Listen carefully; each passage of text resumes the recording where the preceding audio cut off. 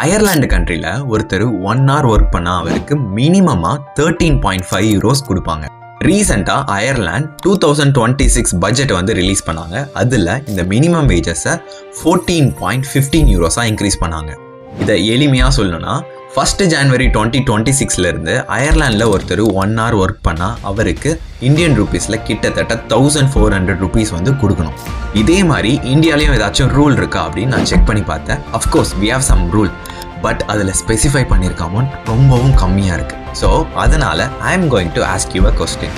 Suppose இந்தியாலையும் இதே மாதிரி அவர்லி பேசிஸில் மினிமம் வேஜஸ் ஆக்ட் கொண்டு வந்தாங்கன்னா இந்தியாவில் 1 hour ஒர்க் பண்ணுறதுக்கு மினிமமாக எவ்வளோ ருபீஸ் கொடுக்கணும்? ஃபார் எக்ஸாம்பிள், இந்தியாவில் ஒருத்தர் 1 hour ஒர்க் பண்ணால் அவருக்கு மினிமமாக எவ்வளோ ருபீஸ் கொடுக்கணும் அப்படின்னு நீங்கள் கமெண்ட்டில் சொல்லுங்கள். அது எந்த அளவுக்கு பாசிபிள்னு நம்ம பார்க்கலாம்.